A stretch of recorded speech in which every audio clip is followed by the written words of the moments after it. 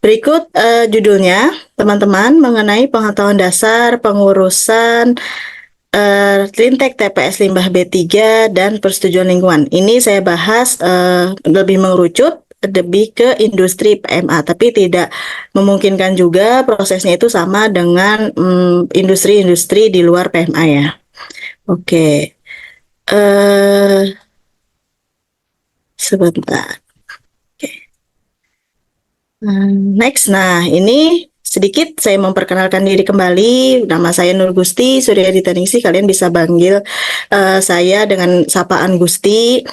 Pendidikan saya masih D3 di Teknik dan Manajemen Lingkungan Institut Pertanian Bogor. Semoga di siang hari ini ada yang satu alma mater dengan saya. Berikut saya pengalaman kerja di 4 perusahaan, dan saat ini saya bekerja di salah satu perusahaan otomotif di Cikarang sebagai HSE juga.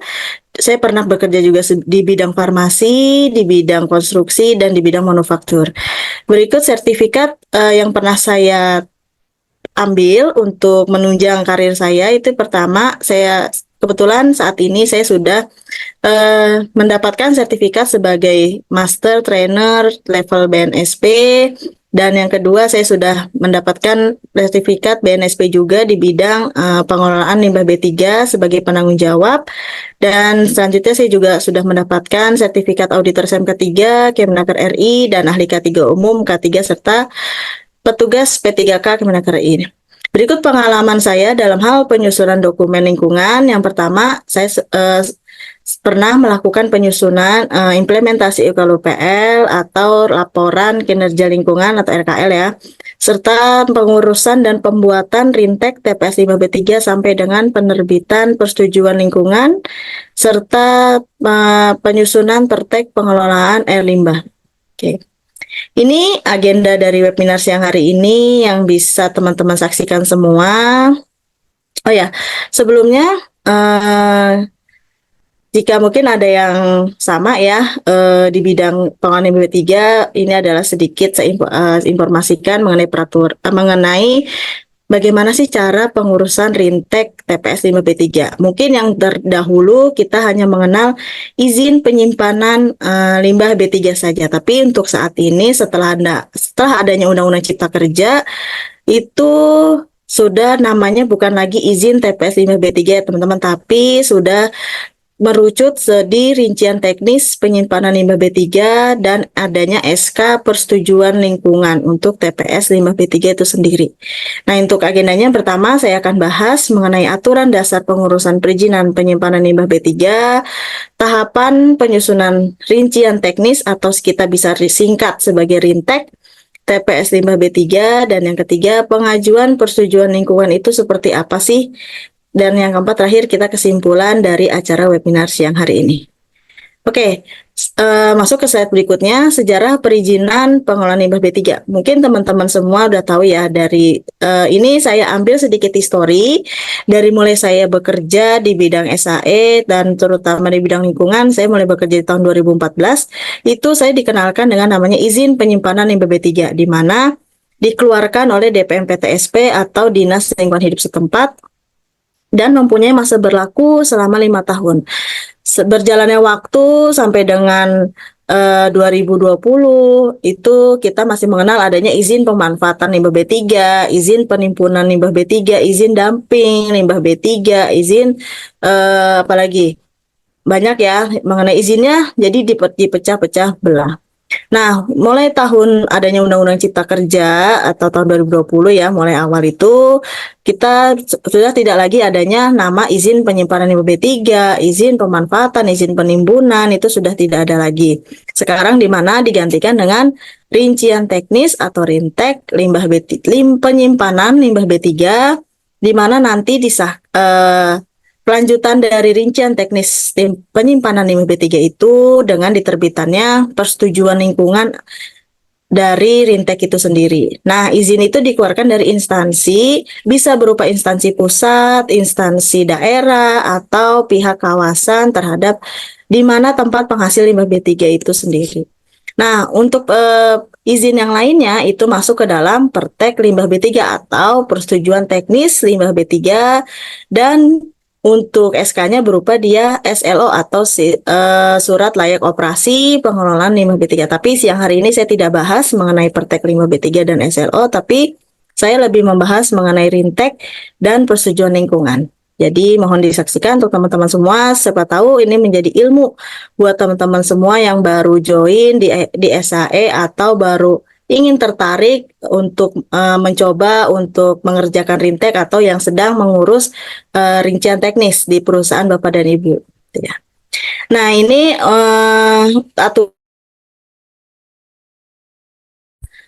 adanya rincian teknis penyimpanan limbah B3. Sebenarnya dari zamannya Undang-Undang Cipta Kerja juga ada ya, tapi saya tidak masukkan di sini. Saya hanya masukkan ada 5 peraturan. Yang pertama Undang-Undang 3 menjadi 2009.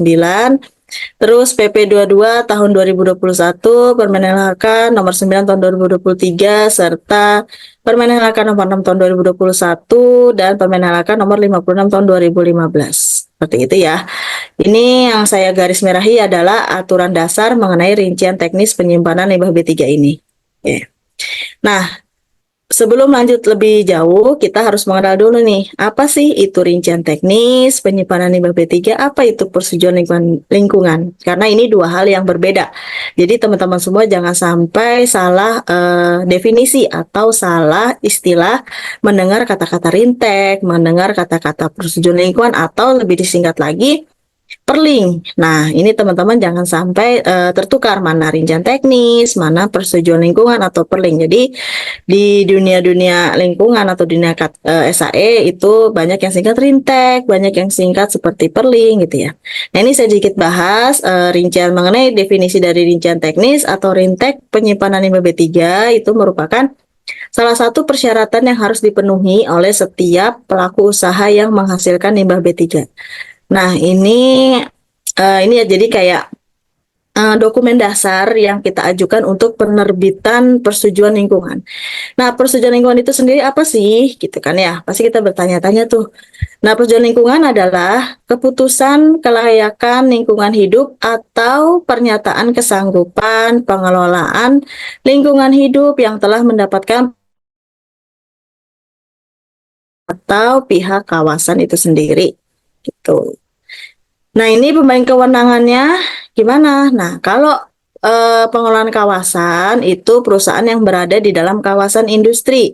Persetujuan lingkungannya dikeluarkan oleh pengelola kawasan. Itu ada di PP 22 tahun 2021 pasal 10. Gitu ya.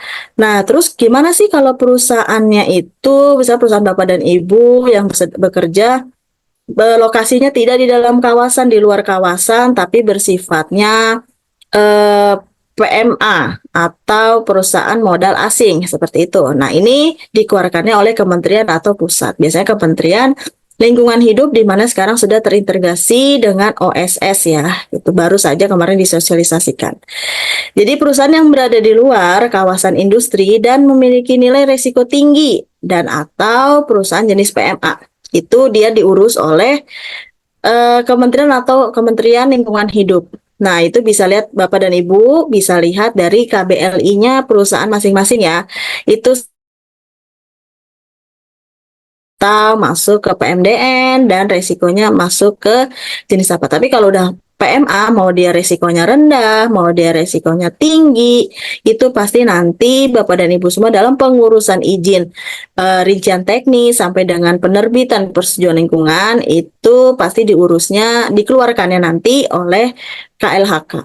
Nah, untuk perusahaan yang berada di luar kawasan industri dan memiliki nilai risiko rendah, sedang serta jenis badan usaha PMDN, nah itu dikeluarkannya persetujuan lingkungan itu oleh Dinas Lingkungan Hidup setempat, gitu ya. Jadi kita untuk saat ini tidak bisa dulu kan ada PTSP, ada DPM PTSP gitu ya, tapi sekarang sudah dibagi-bagi nih. PTSP-nya ada di kawasan, ada di KLHK, ada di Dinas Lingkungan Hidup perusahaan Bapak dan Ibu semua.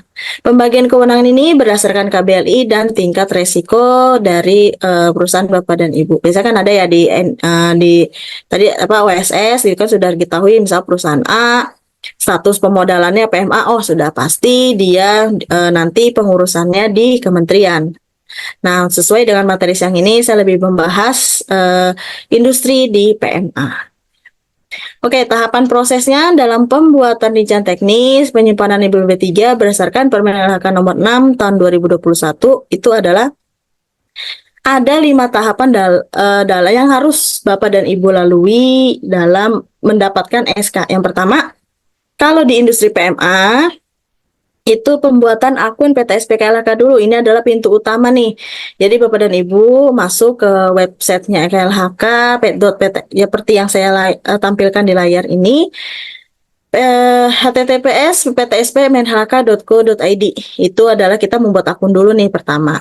Setelah adanya akun, dapat username, dapat password. Nah, itu kita melengkapi persyaratan administrasi yang dikeluarkan oleh PTSP. Seperti adanya harus upload NIB, harus upload apalagi dokumen UKL-UPL yang dimiliki, terus harus upload matriks, harus upload apalagi ya, akte perusahaan, seperti itu ya, persyaratan administrasi dasar lah. Istilahnya seperti itu.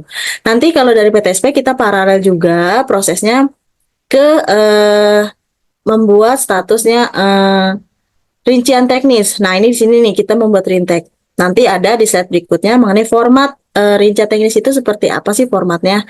Cara pengisiannya seperti apa nanti akan kita bahas ya.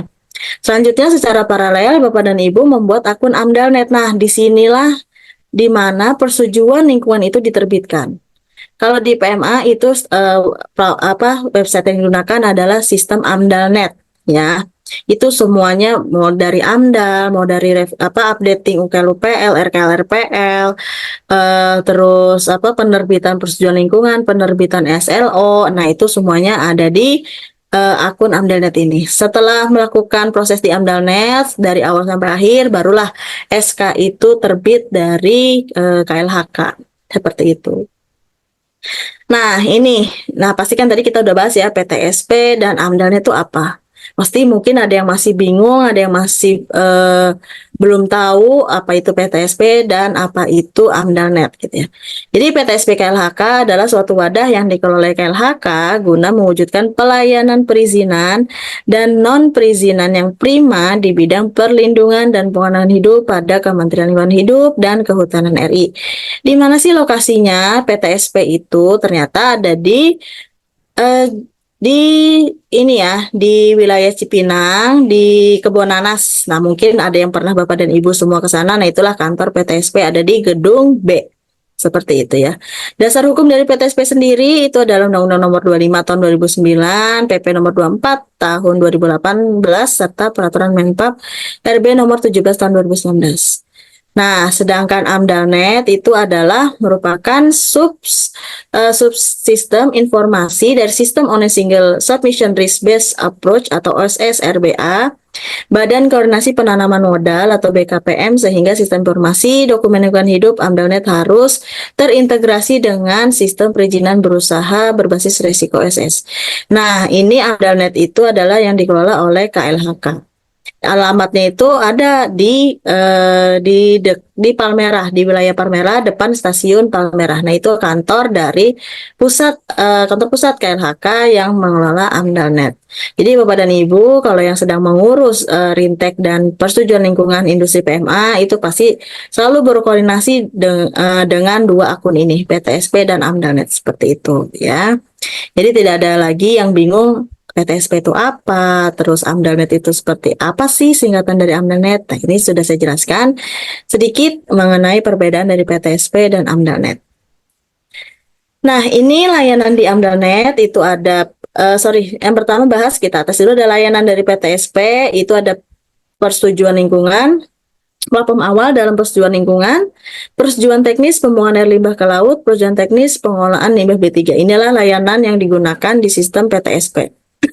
Lalu layanan di AMDALNet sendiri itu ada penapisan otomatis, ini khusus AMDAL, serta asistensi perlingkupan dan AMDAL Digital Workplace. Ini lebih ke AMDAL, tapi di dalamnya sudah diperluas lagi. Ada UKL-UPL, ada RKL-RPL juga, terus pada persetujuan lingkungan. Seperti itu. Sorry.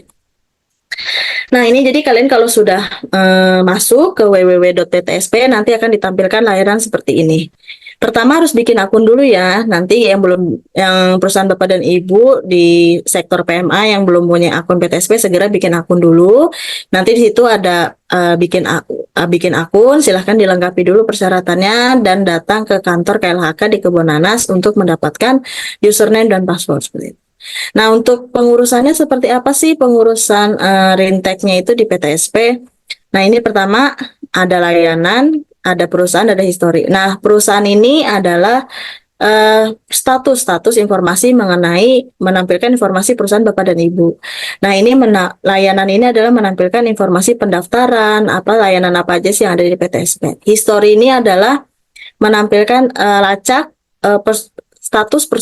perizinan yang Bapak dan Ibu sedang urus, itu statusnya sudah ada di mana, serta historinya seperti apa, itu ada di kolom histori. Nah, ini adalah tampilan awal, untuk mengurus layanan rincian teknis penyimpanan limbah B3 dan persetujuan lingkungan. Nah, ini pertama tampilannya seperti ini ya Bapak dan Ibu. Kalau Bapak dan Ibu sudah punya akun akan muncul seperti ini. Perusahaannya dipilih, perusahaan, terus layanan persetujuan lingkungannya ya. Jangan lupa ya, ini kliknya persetujuan lingkungan.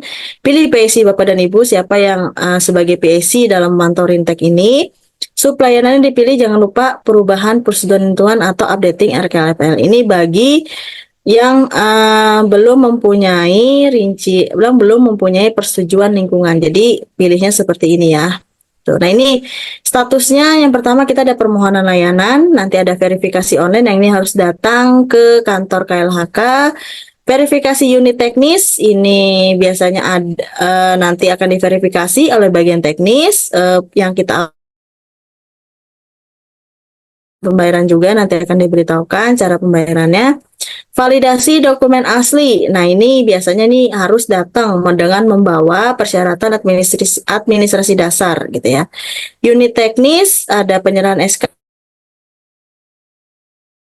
Status terakhir bahwa SK kita sudah terbit atau belum gitu ya.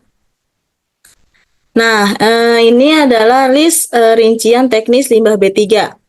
Menurut Permen LHK nomor 6 tahun 2021, itu yang harus kita isi itu ada nama, sumber, karakteristik, dan jumlah limbah B3. Terus ada dokumen yang menjelaskan tentang tempat penyimpanan limbah B3. Ini saya bagi menjadi 4 subjudul ya, yang isinya dari, kita harus identifikasi dulu tuh, nama limbahnya apa, sumbernya dari mana, karakteristiknya seperti apa, serta jumlah limbah B3-nya berapa. Selanjutnya kalau kita sudah menyelesaikan bagian ini, kita lanjut menyelesaikan bagian dokumen yang menjelaskan tentang tempat penyimpanan limbah B3 terdiri dari lokasi tempat penyimpanan limbah B3-nya di mana. Terus fasilitas penyimpanan limbah B3-nya itu seperti apa? Ada apa aja sih di fasilitasnya, seperti yang sudah saya jelaskan di materi webinar kolega sebelumnya, juga itu ada ya fasilitas yang harus ada di tempat penyimpanan limbah B3 itu seperti apa. Terus adanya peralatan penanggulangan keadaan darurat yang dilengkapi dengan SOP tanggap darurat. Selanjutnya yang terakhir, fasilitas pendukung tempat penyimpanan limbah B3 seperti misalkan harus ada shower, harus ada body shower, terus harus ada kotak P3K, harus ada APAR seperti itu. Selanjutnya kalau kita sudah menyelesaikan bagian ini, lanjutnya kita menyelesaikan bagian yang dokumen yang menjelaskan tentang pengemasan limbah B3. Nah, ini biasanya pertanyaannya seputar kemasan yang digunakan, jenisnya apa bisa kemarin kita bahas juga, ada jumbo bag, ada drum, ada apalagi drum yang bentuk kotak besar itu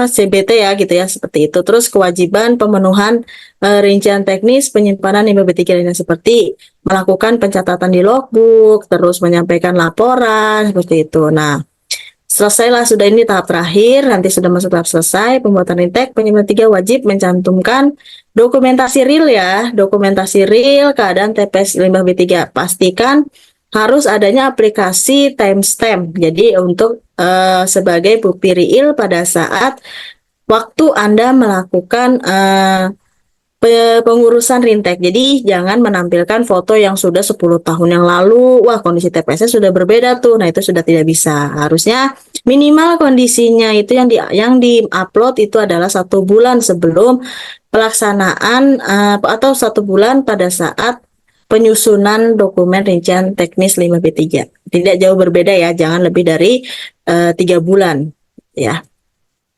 Nah, ini rincian secara teknisnya, secara rincinya nanti formatnya seperti ini ya Bapak dan Ibu untuk format rincian teknis penyimpanan limbah B3. Nah, ini dari mulai ada seperti bilang ya, ada nama, sumber, karakteristik, dan jumlah limbah B3. Serta nih melakukan identifikasi limbah B3 yang dihasilkan seperti nama limbahnya. Ini dikasih contoh aki baterai bekas. Kode limbah A102D. Ini kode limbah bisa kita lihat di PP Lampiran 9 PP 22 tahun 2021. Jadi kode limbahnya tidak asal, tidak mengkodekan sendiri di perusahaan Bapak Ibu, tapi sudah mengacu ke Lampiran 9 PP 22 tahun 2021. Berarti ya. Sumber limbah B3-nya itu dari mana? Nah, mungkin kalau aki baterai bisa dicantumkan sini sumber tidak spesifik atau sumber misalkan dari aktivitas kegiatan pengecasan forklift atau misalkan aki jadi dari sumber produksi aki yang reject atau aki yang sudah di trial atau aki yang dibalikan kembali gitu ya. Selanjutnya ada stats IPAL. Ini ada kodenya B323 step 5, sumber limbah B3-nya dari manufaktur, perakitan, pemeliharaan kendaraan, dan mesin. Nah, bisa jadi diisi misalkan stats IPAL, sumber limbahnya dari mana? Dari proses akhir pengolahan air limbah, boleh. Karakteristik limbah B3 itu bisa ini disesuaikan juga ya dengan jenis limbah dengan nama limbah B3-nya apa. Jadi misalnya nih akibat bekas, oh ternyata karakteristik limbahnya berbahaya atau beracun. Nah, itu boleh. Terus jumlah ini estimasi ya. Jumlah timbulan limbah B3 selama 1 bulan ini berapa? Itu ternyata ini 1 bulan dia 20 kilo. Satuannya harus kilo ya Bapak dan Ibu. Kilo, boleh ton, tapi di sini kalau misalkan kilo seragam kilo semua. Kalau misalkan harus ton, di sini ton semua dan ini keterangannya diganti menjadi ton per bulan. Tapi saran saya sebaiknya mencantumkannya dalam satuan kilogram per bulan. Gitu ya. Jadi ini estimasi dalam 1 bulan itu berapa banyak sih timbulannya. Kalau misalnya nama limbahnya baru tapi kita belum tahu kuantitinya berapa, diestimasi aja. Kalau misalkan sudah ketahuan nih dalam 1 bulan timbulannya, jadi jangan pakai ilmu virologinya jangan terlalu jauh seperti itu ya. Terus bagian yang keduanya dokumen yang menjelaskan tentang tempat penyimpanan limbah B3. Penjelasannya itu di mana tentang lokasinya ada di mana sih. Nah, ini dijelaskan juga nih apa sih yang harus kita isi di kolom lokasi ini gitu kan ya. Nah, yang harus kita isi itu yang pertama penjelasan tentang lokasi tempat penyimpanan limbah B3 meliputi misalkan lokasinya bebas banjir. Nah, ini difotoin aja nih lokasinya bebas banjir. Misalnya dikasih keterangan lokasi TPS limbah B3 berada di belakang pabrik atau berada di sisi barat pabrik atau berada di sisi barat instalasi pengolahan limbah. Nah, itu bisa juga dan tidak rawan banjir karena ketinggiannya lebih tinggi dibanding halaman depan, misalnya seperti itu ya, dikasih keterangan saja. Tidak rawan bencana alam seperti longsoran, bahaya gunung api, gempa bumi, ya, amblesan. Nah, itu juga bisa jadi satu nih foto antara kolom poin A dan poin B.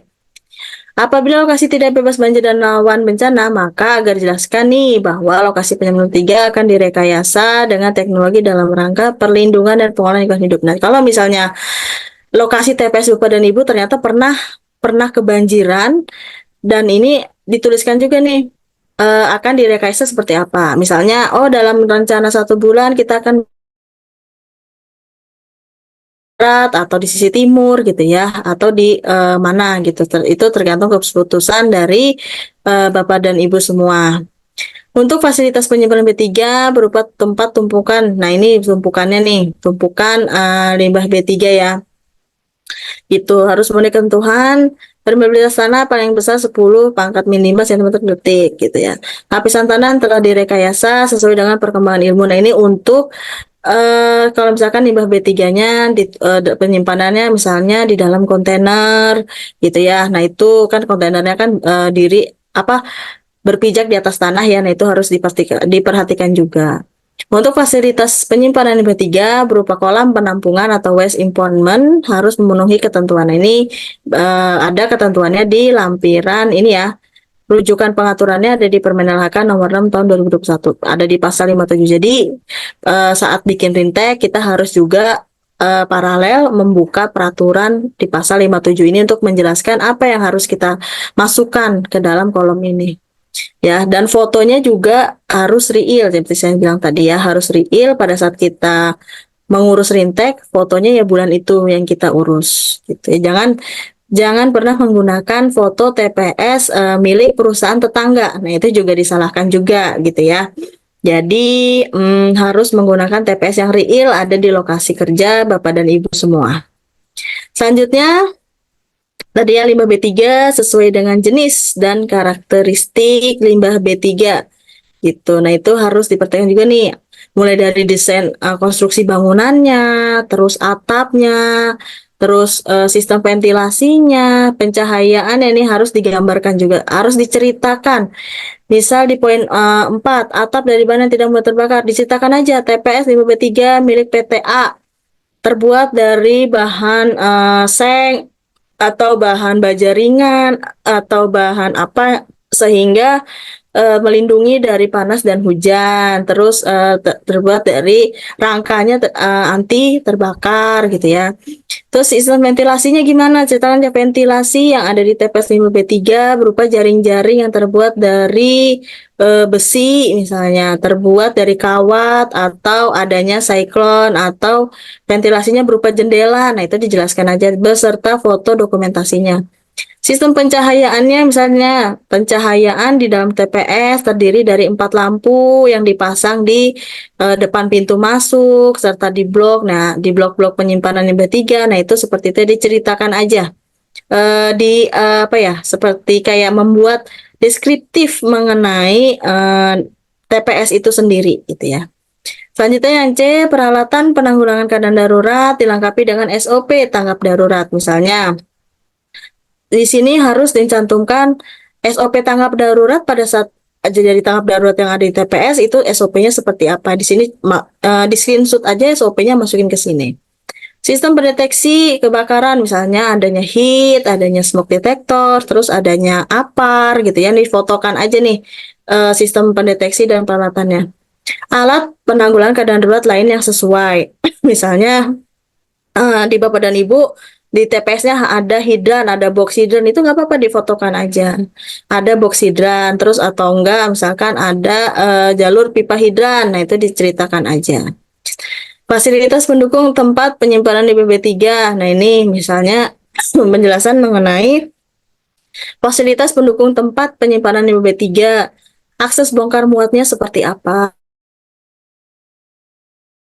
Bongkar muat limbah B3 menggunakan hand pallet atau menggunakan forklift gitu ya. Terus peralatan penanganan tumpahan misalnya tumpahannya pada jika ada tumpahan ditutupi dengan pasir dan terus atau enggak dikasih misalnya apa spill gitu ya, spill kit gitu ya. Terus dimensi bak penampungan tumpahan cecerannya adanya di mana, dimensinya berapa, seperti itu ya.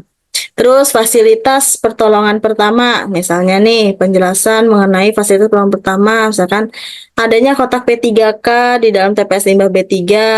Nah, itu difotokan aja tuh kotak P3K-nya seperti apa gitu ya. Ini tahapan lanjutannya setelah tadi mengisi persyaratan di PTSP, user membuat akun Amda tadi sudah jelaskan ya.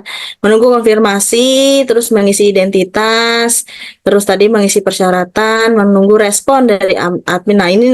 Ini adalah harus yang kita follow up setiap seminggu sekali atau 2 minggu sekali untuk status pengajuan kita seperti apa. Ini SK perjanjian lingkungan sudah terbit gitu ya.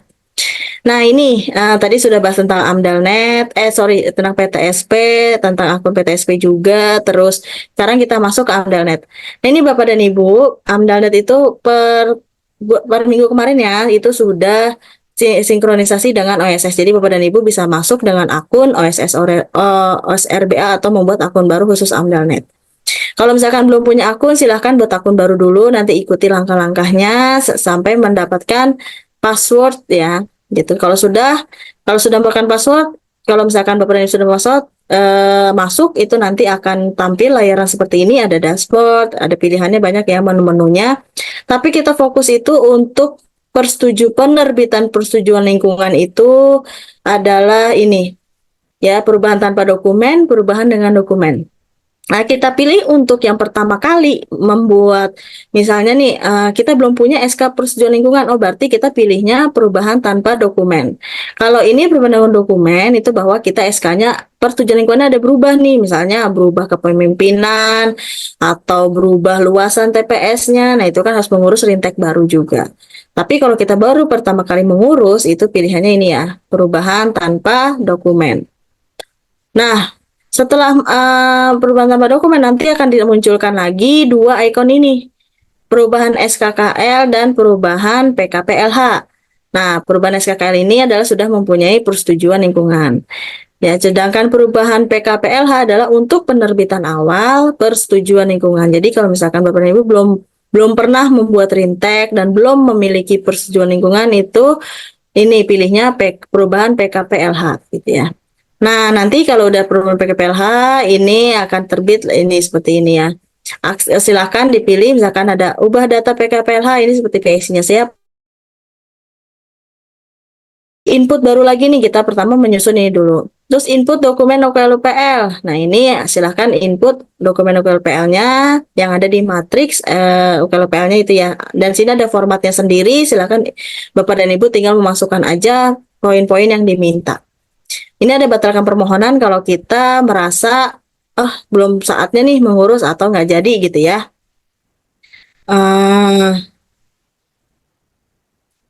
Submit data gitu ya. Terus chat dengan PJM. Terus dokumen rincian teknis penyimpanan limbah B3 seperti apa. Terus preview lampiran 2. Nah, ini kalau misalkan preview lampiran 2 ini kita melihat nih draft SK lingkungan kita itu seperti apa. Terus preview dokumen PKPLH. Nah, ini juga sama ya, lampiran dari PKPLH-nya seperti apa. Itu.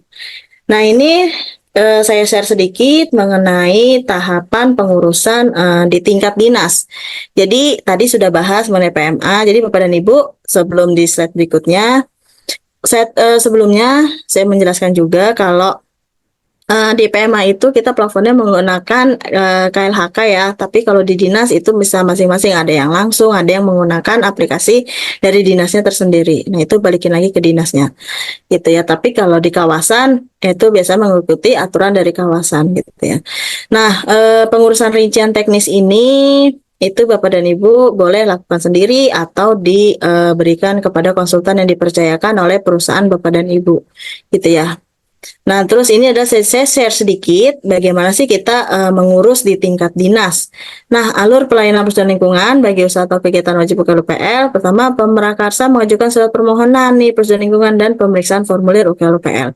Ini biasanya formulir ini UKLUPL itu ada minta aja ke dinas masing-masing, formatnya seperti apa. Masuk ke front office, terus menunggu pengumuman, terus nanti adanya rapat koordinasi pemeriksaan substansi formulir UKLUPL.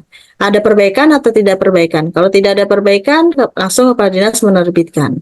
Gitu ya. Kalau misalkan ada perbaikan gimana? Ya pemrakarsa memperbaiki formulir dulu, balik lagi ke back office, ya mengikuti alur seperti ini lagi. Seperti itu, gitu ya Bapak dan Ibu. Jadi penerbitan persetujuan lingkungan di industri PMA itu kita harus sering-sering follow up atau sering-sering chat admin PJM. Nah, itu adalah fungsi kita untuk menanyakan status kita sudah sampai di mana. Seperti itu ya, status pengurusan kita. Gitu. Nah, ini kita sudah masuk ke tahap akhir dalam slide webinar siang hari ini. Itu kesimpulannya bahwa pembuatan rincian teknis penyimpanan limbah B3 sebagai langkah awal dengan menyesuaikan kewenangan daerah masing-masing atau kewenangan pusat. Nah, jadi rincian teknis ini sebagai dokumen awal sama aja seperti zaman dahulu tahun 2000 sebelum adanya Undang Cipta Kerja ya, kita menyusun juga kan persyaratan perpanjangan izin penyimpanan BP3 seperti apa. Nah, itu sama aja sebenarnya di dalam Rintek, cuma lebih jelas, lebih rincinya kalau Rintek ada format sendiri, kalau misalkan dulu kita persyaratan perpanjangannya itu menggunakan format masing-masing, tidak ada format yang baku seperti itu. Terus kalau udah Rintek kita buat, kita ajukan ke PTSP. Nah, ini juga nanti kita akan kita upload ke AMDALNet gitu ya. Rintek ini yang udah kita buat, nanti kita upload juga ke AMDALNet. Terus penerbitan persetujuan lingkungan merupakan SK yang sah dari pihak yang berwenang. Ini adalah sebagai pengganti dari izin penyimpanan limbah B3. Jadi sekarang bilangnya persetujuan lingkungan ada atau tidak. Nah, ini persetujuan lingkungan ini sebagai izin dalam penyimpanan limbah B3 seperti itu ya. Seluruh pemrakarsa harus mematuhi seluruh aturan yang tertuang dalam SK tersebut. Jadi setelah adanya SK terbit, nah pemrakarsa atau penghasil limbah B3 itu harus memenuhi persyaratan apa sih yang harus kita patuhin dalam SK tersebut. Seperti itu Bapak dan Ibu gitu ya. Nah, ini kita sudah masuk ke tahap akhir. Jika perusahaan Bapak dan Ibu kesulitan dalam hal penyusunan rincian teknis penyimpanan limbah B3 dan pengurusan SK perusahaan lingkungan, segera hubungi konsultan terdekat atau bisa hubungin saya juga kebetulan salah satu tim ada pernah pengalaman dalam penyusunan rincian teknis serta penerbitan persetujuan lingkungan gitu ya. Jadi ya kita bisa saling bantu lah. Sedikit saya iklan izin Media Tama. Terus sedikit saya ada pantun juga. Pergi ke pasar beli berondong, pagar rumah kayu petai. Mari saling tolong menolong agar masalah cepat selesai yang dihadapi Bapak Ibu. Oke, sekian webinar siang hari ini dan materi dari saya mengenai pengetahuan dasar pengurusan dan pembuatan rincian teknis penyimpanan limbah B3 di industri PMA. Itu. Terima kasih atas waktunya dan kesempatannya. Saya kembalikan lagi ke Pak Arief sebagai host dari Media Tama siang hari ini. Terima kasih. Baik, terima kasih Ibu Gusti, luar biasa untuk materinya siang hari ini. Nah, untuk teman-teman semuanya nih sudah banyak yang bertanya nih Bu Gusti, sepertinya ingin diskusi. Tapi sebelum itu, Bapak dan Ibu semuanya, sebelum kita lanjut ke sesi tanya jawab, saya akan memberikan informasi terlebih dahulu untuk Bapak Ibu semuanya terkait dengan fasilitas Media Tama dan juga sertifikat ya. Nah, oke, sambil menunggu Bapak Ibu semuanya silakan bisa tuliskan di kolom Q&A untuk pertanyaannya. Nanti akan kami berikan atau kami jawab satu persatu untuk pertanyaan Bapak Ibu semuanya. Dan sebelum itu saya akan share screen terlebih dahulu untuk persyaratan agar teman-teman bisa mendapatkan sertifikat. Yang pertama, teman-teman silahkan bisa pastikan terlebih dahulu aplikasi Mika Super App K3-nya sudah platinum atau belum. Tapi kalau belum punya aplikasinya, silahkan bisa install dulu aplikasinya. Nanti otomatis mendapatkan masa aktif platinum 3 bulan secara gratis untuk pengguna baru ya, dengan email dan nomor handphone yang dibuat. Kemudian kalau misalkan sudah punya nih tapi masih silver, silahkan bisa di-upgrade terlebih dahulu untuk aplikasinya. Cara untuk upgrade aplikasi Mika dari silver ke platinum bagaimana? Silahkan bisa tonton video berikut ini terlebih dahulu. Tutorial upgrade Platinum Member aplikasi Mika Super App K3. Yang pertama, silahkan Anda klik salah satu gambar gembok yang ada pada halaman beranda Anda, kemudian klik upgrade kartu Platinum. Lalu, Anda bisa pilih dengan 3 masa aktif kartu, 3 bulan, 6 bulan, ataupun 1 tahun. Setelah itu, klik upgrade sekarang. Kemudian Anda bisa pilih metode pembayaran melalui virtual account atau juga e-wallet. Setelah itu, klik bayar. Kemudian, silahkan salin rekening virtual Anda dan lakukan transfer berdasarkan nominal yang telah tersedia pada aplikasi. Dan khusus Anda yang menggunakan Mandiri, silahkan Anda pilih pihak ketiga, yaitu Sendit. 88908 sesuai dengan 5 angka yang ada di depan rekening virtual Anda. Setelah Anda transfer, silahkan Anda buka kembali aplikasi Mika Super App K3, lalu refresh kembali aplikasi Anda. Setelah itu, Anda bisa klik nama Anda, lalu akan muncul member card Platinum. Oke, itu dia tadi teman-teman cara untuk mengupgrade menjadi platinum ya. Silakan bisa dicek satu persatu teman-teman untuk aplikasinya apakah sudah platinum atau masih silver. Oke, nah untuk selanjutnya teman-teman semuanya silakan bisa di subscribe channel YouTube-nya Kak Cideni karena untuk rekaman webinar kolega juga akan kita tampilkan di channel YouTube-nya Kak Cideni ya. Dan nanti silakan teman-teman bisa di subscribe dan juga klik tombol loncengnya supaya nggak ketinggalan video-video terbaru dari Kak Cideni. Oke, nah selanjutnya ada apa nih informasi buat teman-teman semuanya? Yang pertama terkait dengan perpanjangan juga SKP. Nah, pastikan untuk teman-teman semuanya yang memiliki SKP ataupun juga lisensi dari Alika 3 umum dan pastikan belum expire lebih dari 1 tahun ya, karena kalau sudah lebih dari 1 tahun maka nanti teman-teman perlu refreshment ulang nih ya. Cukup lumayan harganya. Kalau untuk perpanjangan doang, ini masih cukup terjangkau di 1,7 teman-teman.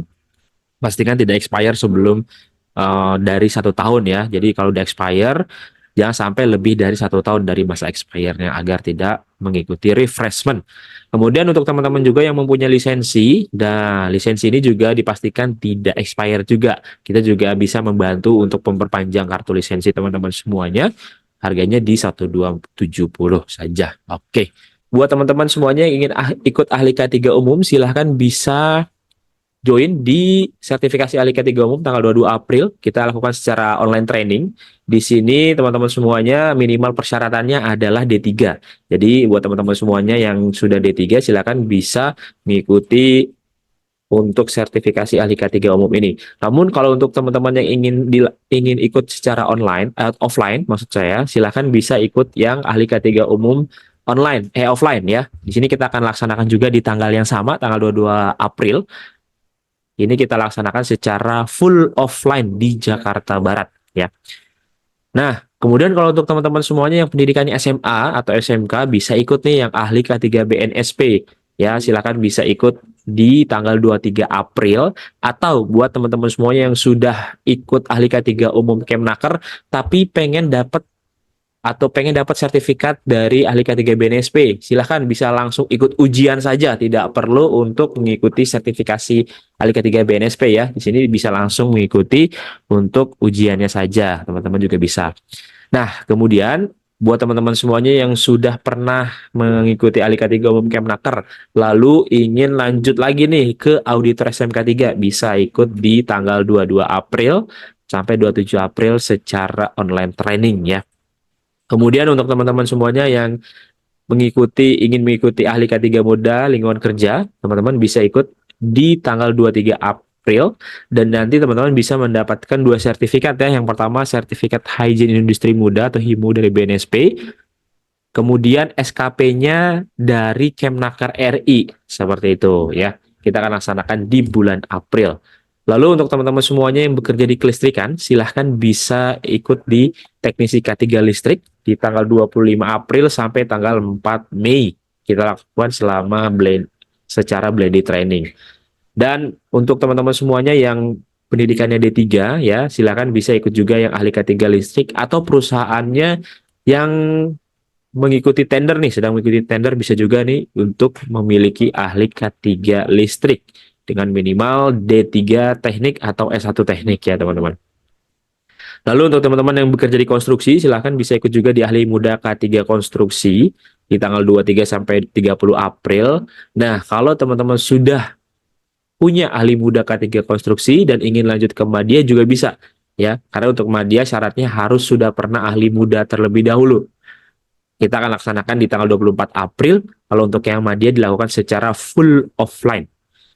Lalu untuk teman-teman semuanya yang bekerja di peranca, kalau untuk bapak-bapak semuanya yang mengawasi ya peranca, silakan bisa ikut supervisor peranca. Tapi kalau untuk yang membongkar dan juga memasang peranca, silakan bisa ikut yang teknisi K3 peranca. Kita akan laksanakan di tanggal 22 April ya teman-teman semuanya.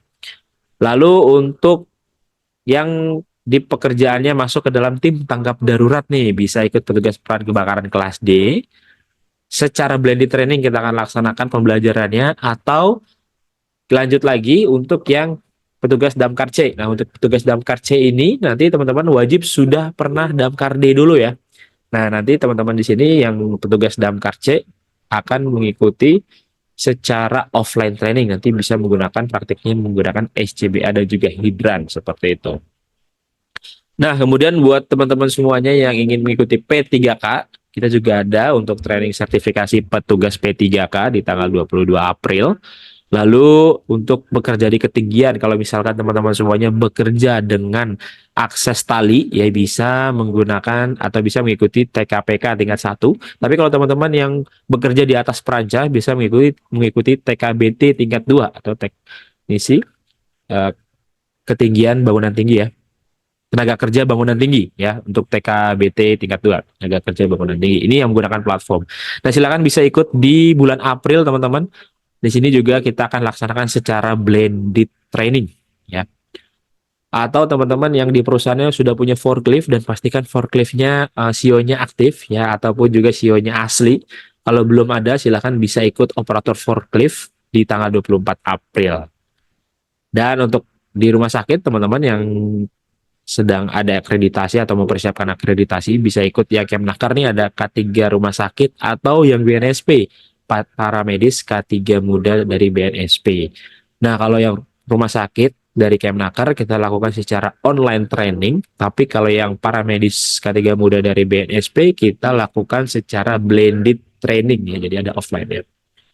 Lalu untuk teman-teman yang bekerja di ruang terbatas, bisa ikut juga teknisi K3 ruang terbatas ya. Dulunya confined space utama atau Madya ya, sekarang dijadikan satu menjadi teknisi K3 ruang terbatas. Kita akan laksanakan tanggal 22 sampai tanggal 27 April. Kemudian ada juga nih untuk yang migas, ada operasi K3 migas dan juga pengawas K3 migas. Secara blended training kita laksanakan di tanggal 1 sampai tanggal 5 dengan sertifikasi BNSP. Atau buat teman-teman semuanya yang menjadi petugas investigasi insiden nih, nah bisa juga nih ikut yang BNSP. Kita akan laksanakan bulan April juga setelah Lebaran ya teman-teman, secara full online training. Nah, kemudian ini adalah ATK yang akan didapat oleh para peserta training di Mediatama.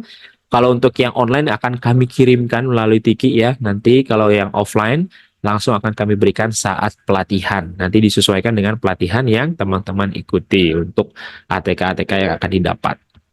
Lalu untuk teman-teman semuanya yang ketinggalan nih, misalkan hari ini ikut webinar yang sekarang, tapi yang kemarin saya ketinggalan sedang ada agenda. Gimana caranya untuk saya bisa tetap dapat sertifikat? Nah, bisa teman-teman mengunjungi milia.app. Nanti di sini teman-teman silahkan daftar dulu akunnya di milia.app. Karena di sini ada seluruh e-course K3 ya, yang teman-teman bisa manfaatkan untuk belajar secara mandiri. Teman-teman cukup daftarkan akun, lalu klik menu kursus. Nanti urutkan berdasarkan waktu publish yang terbaru. Contoh untuk webinar yang kemarin teman-teman. Nah, ini sudah ada, silakan bisa diklik. Nanti teman-teman bisa langsung pelajari berupa video dan juga bisa mendownload modulnya. Nanti untuk webinar hari ini juga teman-teman bisa akses di Milia juga. Kalau misalkan ada temennya yang mungkin sudah daftar tapi tiba-tiba nggak bisa ikut nih. Nah, tapi tetap ingin dapat sertifikat, bisa melalui Milea. Nanti bisa daftar di Milea, bisa tonton videonya dan juga nanti mendapatkan modul juga ya, bisa di-download. Kelebihannya di Milea ini bisa mendownload modul sehingga nanti bisa disimpan modulnya berupa PDF ke handphone ataupun juga ke laptop teman-teman semuanya. Nah, kemudian untuk yang sedang mencari kerja, silahkan kunjungi mediatama.co.id, lalu klik menu karir, kemudian silahkan bisa melamar ke lowongan pekerjaan sesuai dengan yang teman-teman inginkan. Di sini tinggal masukkan saja CV-nya nanti.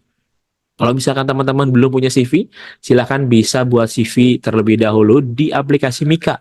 Ini gratis ya untuk buat CV-nya. Klik buat CV online, lalu isi seluruh kolom dengan lengkap, pilih template-nya, kemudian nanti teman-teman langsung download untuk CV-nya. Bisa buat berkali-kali teman-teman sesuai dengan template yang diinginkan ya. Nanti juga bisa download di menu akun, kemudian history CV. Jadi teman-teman akan memilih nih CV-CV mana yang teman-teman akan di-download seperti itu. Ya. Nah, kemudian ada apa lagi? Kemudian ada teman-teman bisa mendapatkan juga uang saku sebesar 3 juta rupiah per bulan. Caranya gimana tuh? Caranya teman-teman bisa menggunakan kode referral atau sistem referral. Jadi di aplikasi Mika itu ada di menu akun ada namanya referral. Nah, teman-teman kalau misalkan ada teman kita nih yang pengen ikut sertifikasi Kemnaker di Mediatama, nah itu bisa disarankan untuk ikut di Mediatama lalu gunakan kode referral punya teman-teman. Ya, bagaimana cara penggunaan kode referralnya? Silahkan bisa simak video berikut ini. Tutorial penggunaan kode referral. Yang pertama, silahkan klik menu akun, lalu klik menu referral, kemudian salin kode referral ke pelatihan yang Anda inginkan.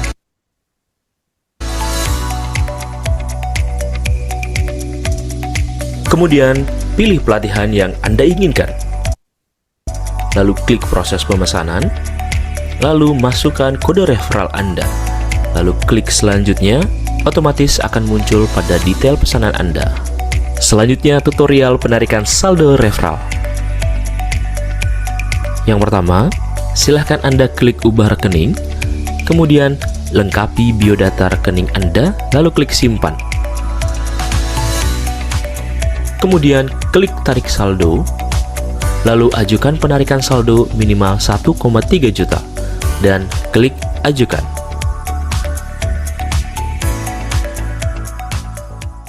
Oke, nah begitu teman-teman caranya untuk menggunakan kode referral ya. Jadi fee untuk teman-teman bisa mendapatkan 5% dari setiap pelatihan yang teman-teman berhasil untuk bisa direferensikan.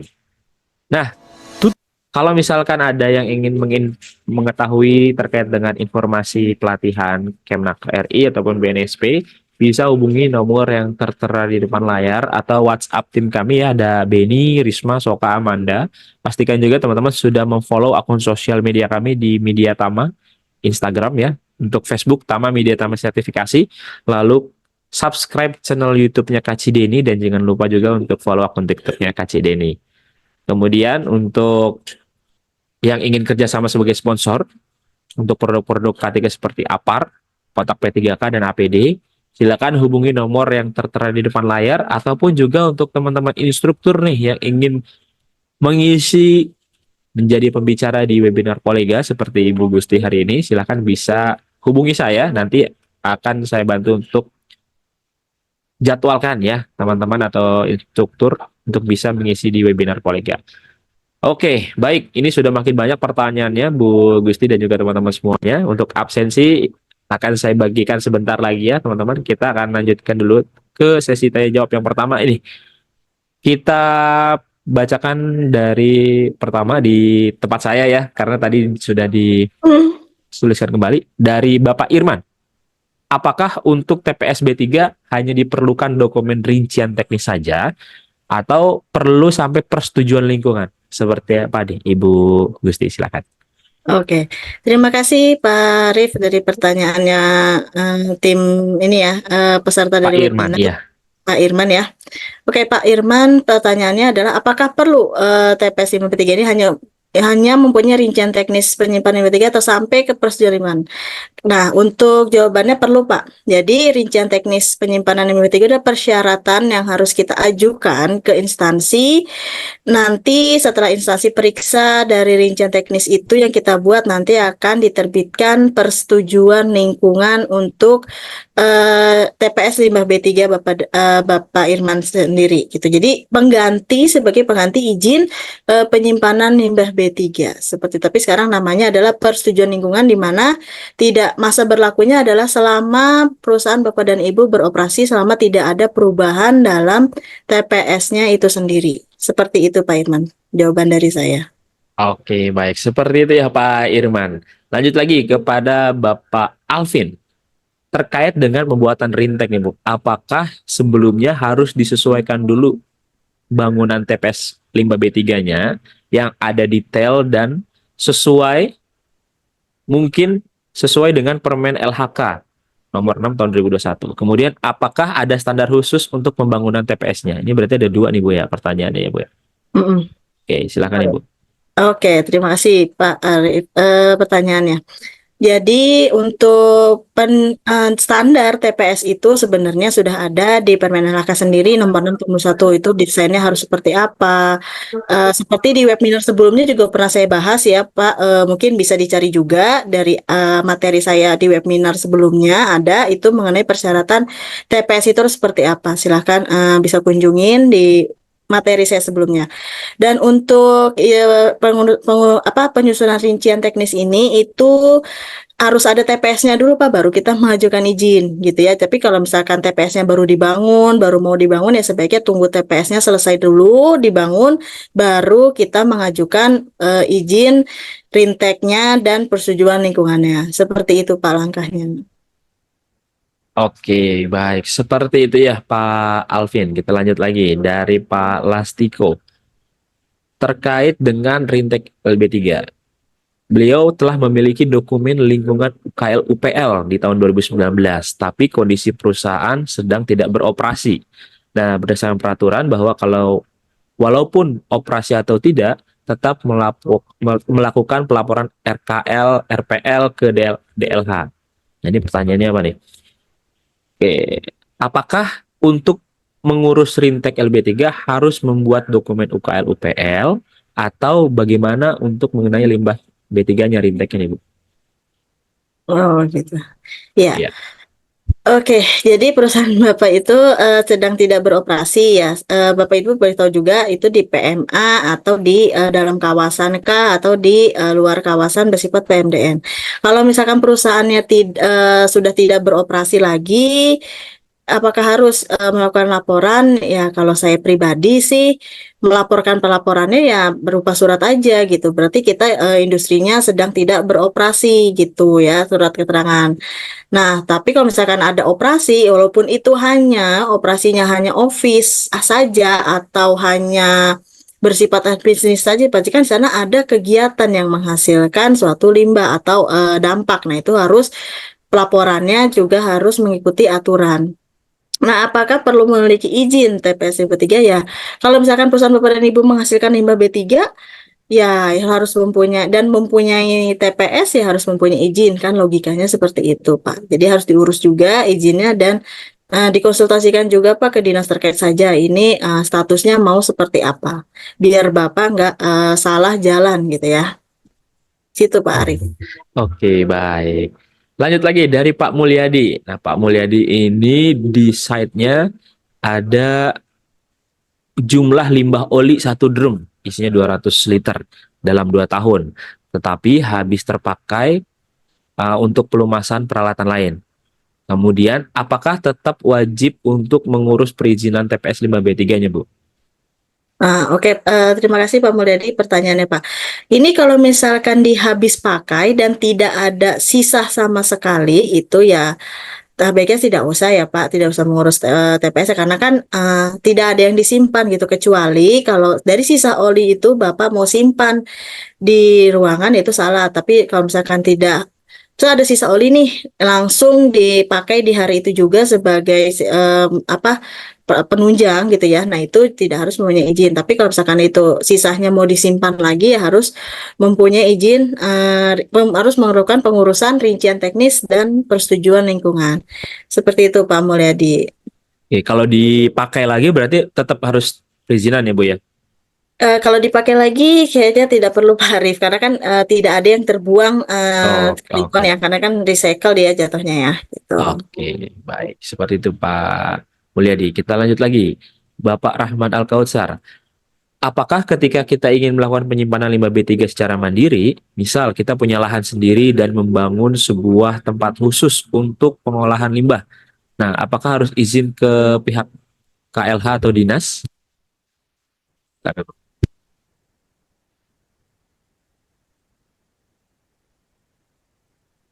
Dari Pak Rahman Al-Kautsar.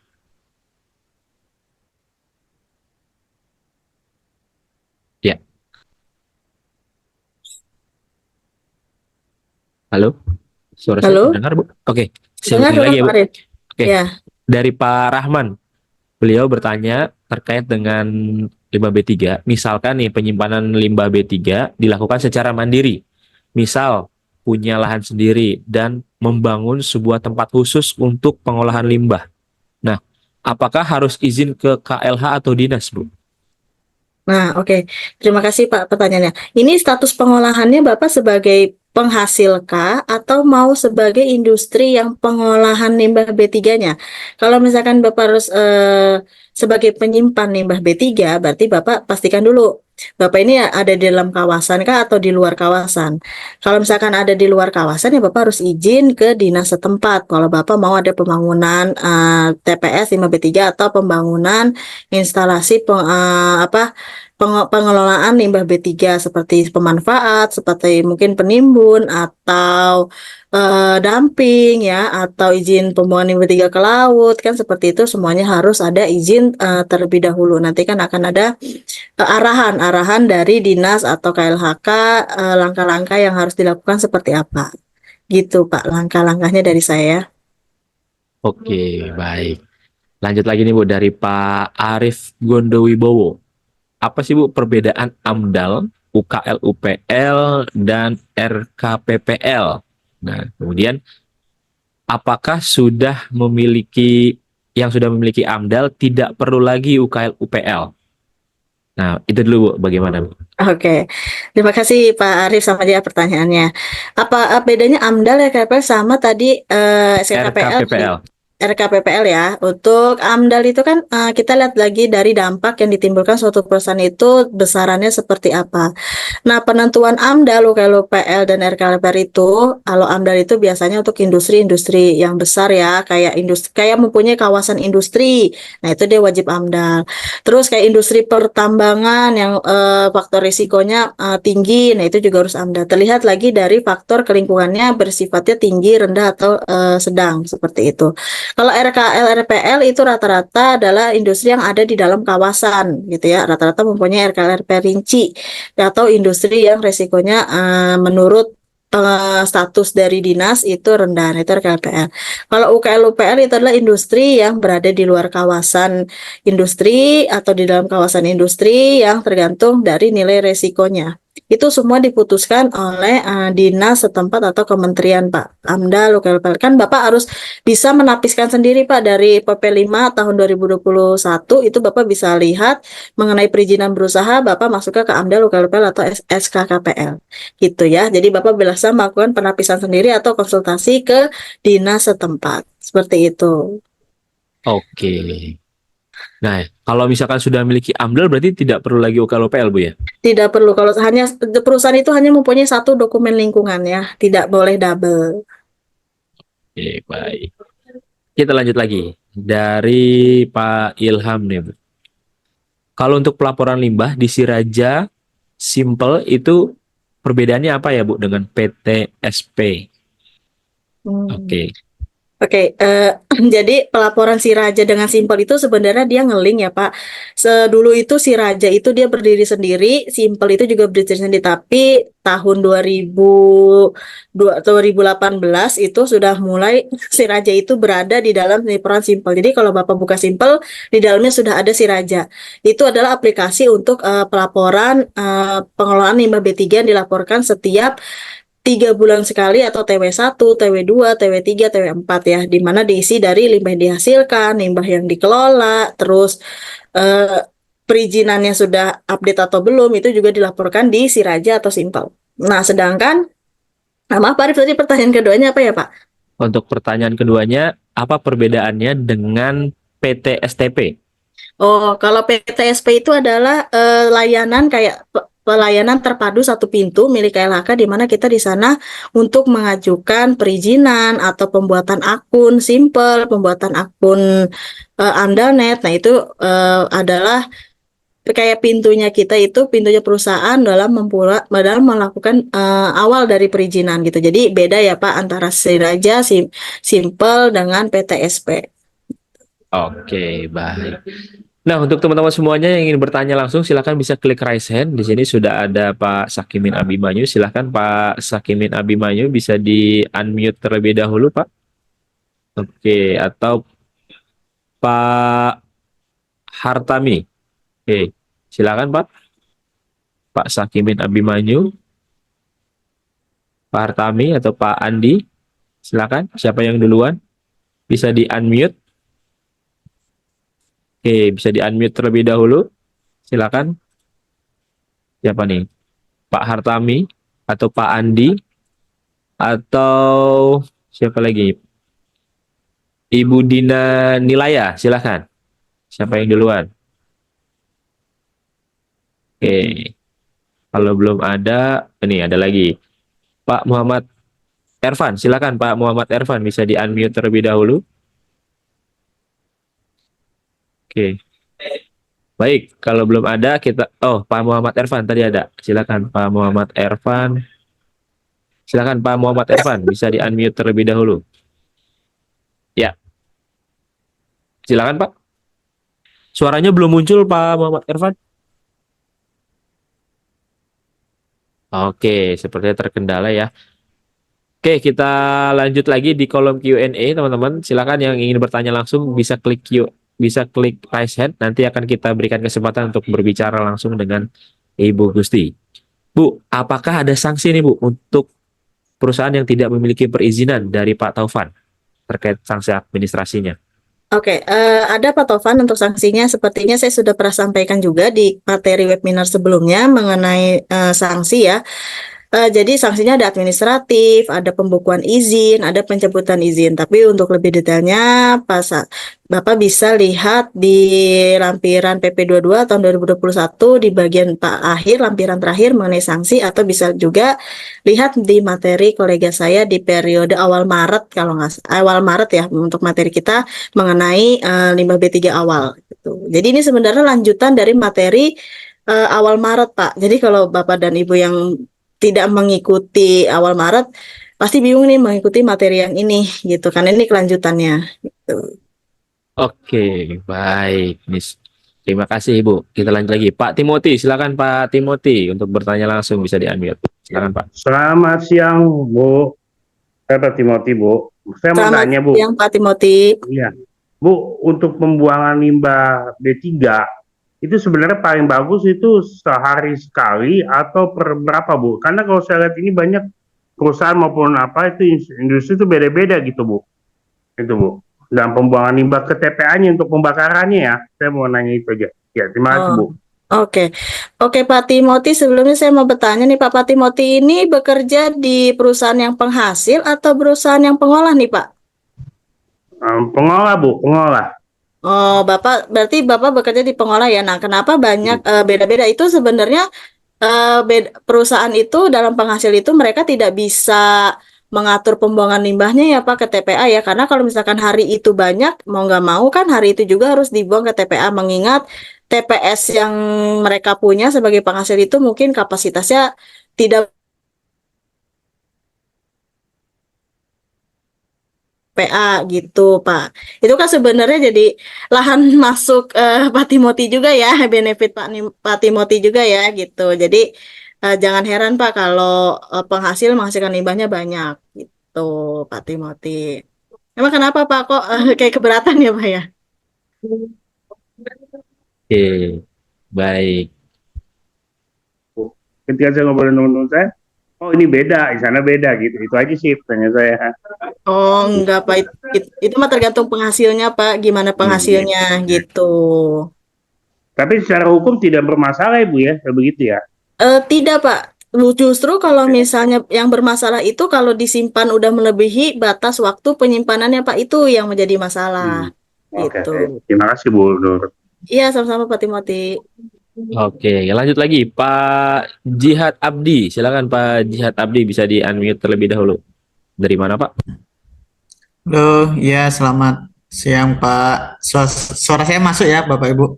Masuk Masuk, Pak Pak. Jihad. Silakan Pak. Ya. Ibu Gusti mau tanya untuk ini Bu ya. Saya ingin berkaca case di perusahaan saya ya Bu ya. Berapa lama waktu untuk kita menyimpan ini Bu, limbah B3 kita? Sebelumnya saya dari penghasil Bu ya. Jadi saya kirim ke pengelola, tetapi biasanya di TPS pengelola limbah B3 ini penuh, Bu. Jadi di tempat perusahaan saya sendiri itu harus kita sediakan sendiri, Bu. Kita sediakan tempat penampungan sementara, Bu. Lalu yang ingin saya tanyakan, ada nggak sih berapa lama waktu yang distandarkan gitu maksimal untuk penampungan sementara itu? Lalu apakah perlu izin atau seperti apa, Bu? Terima kasih. Oh, oke, terima kasih Pak Jihad. Jadi pertanyaan Pak Jihad itu saya coba jawab ya Pak. Kalau misalnya batas waktu penyimpan itu berapa lama, itu tergantung Pak dari hasil limbah B3 yang perusahaan Bapak Jihad hasilkan. Misalnya nih, kan di dalam peraturan PP 22 tahun 2021 juga kan itu ada masa simpannya ya. Di pasal bagian B3 Bapak bisa buka kembali.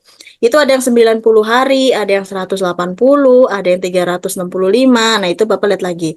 Kalau misalkan limbah B3 yang dihasilkan dalam sehari 90 kilo dari semua kategori, ada satu kategori yang dihasilkan lebih dari 50 kilo, nah itu baru Bapak harus simpannya selama 90 hari dan harus sebelum 90 hari harus dikeluarkan dari TPS atau diserahkan ke pengolah limbah B3 gitu Pak. Tapi kalau misalkan Bapak limbah B3 yang dihasilkan satu sumber spesifikum itu kan ada yang 180, ada yang 365. Itu dilihat lagi Pak masa simpannya gitu. Tapi eh, kalau misalnya kenapa di tempat pengolahannya penuh? Ya karena kan tempat pengolahan limbah B3-nya yang Bapak pilih itu mungkin dia rekanan bisnis dari penghasilnya banyak Pak, sehingga ada overload juga di sananya gitu. Jadi pintar-pintar kita mengatur jadwal ke si pengolah atau melobi si pengolahnya itu Bu, supaya limbah kita di tempat TPS-nya juga tidak melebihi batas penyimpanan, di pengolahnya juga bisa langsung diolah. Gitu Pak Jihad. Pendapat saya seperti itu Pak gitu. Gimana Pak Oke. Jihad? Oke, silakan. Gimana Pak Jihad? Oke, terima kasih Ibu. Kalau untuk kita kan buat ini Bu ya, buat tempat penampungan sementara seperti itu. Mm-mm. Ada potensi ini enggak ya? Ada potensi apakah kita harus melakukan izin ke PTSP atau seperti apa Bu? Nah, untuk Pak Jihad sendiri ini perusahaannya PMA atau bukan PMA nih Pak? Saya ini Bu di penghasil Bu, bukan Iya. PMA. PMA, Bapak PMA berarti Bapak perusahaan penghasilnya bersifatnya PMA kah? PMA Bu. Nah, kalau PMA tadi Bapak bisa ikutin Pak langkah-langkah yang di slide saya hari ini Pak. Bapak harus bikin akun dulu di PTSP atau Bapak bisa langsung ke AMDALNet untuk persetujuan lingkungannya gitu. Seperti itu Pak dalam langkah-langkah dari PMA. Atau Bapak bisa juga pilih konsultan Pak, gitu ya, yang bisa mengurus perusahaan Bapak dalam pengurusan rezim karena siapapun penghasilnya yang memiliki penghasil limbah B3 itu wajib memiliki TPS. Nah, TPS itu wajib memiliki namanya SK Persetujuan Lingkungan dan memiliki rincian teknis penyimpanan limbah B3. Seperti itu Pak Jihad alurnya Pak. Oke, terima kasih Bu. Iya, sama-sama Pak Jihad. Oke, nah ini kita lanjut lagi nih Bu dari kolom chat dari Bapak Chris Villano. Terkait dengan Rintek Limbah B3, apakah ada perubahan kewenangan setelah terbitnya Permen LHK 136 tahun 2024 tentang penugasan proses persetujuan lingkungan? Nah, apakah semua PMA tetap menjadi kewenangannya pusat atau seperti apa, Bu? Kalau untuk saat masih kemarin baru minggu kemarin ya Pak, saya baru mengurusi yang PMA itu masih di kewenangannya KLHK sampai saat ini Pak. Gitu. Jadi untuk perusahaan PMA itu masih di kewenangannya KLHK. Tapi nanti kalau misalkan ada perubahan peraturan atau percepatan pengurusan itu bisa jadi dikembalikan ke dinas atau dikembalikan ke provinsi seperti itu. Tapi untuk saat ini masih di KLHK Pak untuk sektor PMA. Gitu. Oke, baik. Nah, kita lanjut lagi. Ini terkait dengan dari Pak Lutfian Reza. Nah, beliau sudah punya UKL UPL lama dan belum tercantum bangunan TPS Limbah B3-nya, tetapi sudah mempunyai izin TPS Limbah B3. Apakah bisa langsung mengurus Rintek dan Perling?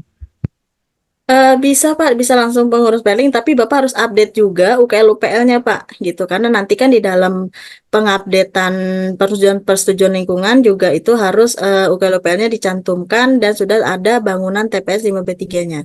Jadi Bapak harus update dulu UKL UPL-nya, baru Bapak mengurus Rintek dan persetujuan lingkungan. Oke, nah ini masih pertanyaan yang kedua, Bu. Apakah ini masih dengan Pak Lutfian? Apakah izin TPS Limbah B3 yang format lama yang sudah mati, apakah bisa langsung di ngeling dengan Pertek Limbah B3? Kalau yang izin yang lama itu sudah habis masa berlakunya, Bapak berarti harus ngurus rincian teknis dan persetujuan lingkungan. Jadi tidak memperbarui izin yang lama, tapi merubah menjadi persetujuan lingkungan dengan mengikuti persyaratan yang sesuai industrinya ya Pak ya. Tadi PMA atau non PMA seperti itu. Oke, baik. Kita lanjut lagi di kolom yang resen. Pak Andi Takdir, silakan Pak Andi Takdir atau Pak Hartam Okta Virus. Silakan bisa di-unmute. Siapa yang duluan? Pak Sakimin Abimanyu. Silakan Pak Sakimin. Pak Alvin atau silakan Pak Alvin. Silakan Pak Alvin, dari mana Pak? Ya, selamat siang Bu, saya Alvin dari PT KLI. Iya, selamat siang Pak Alvin.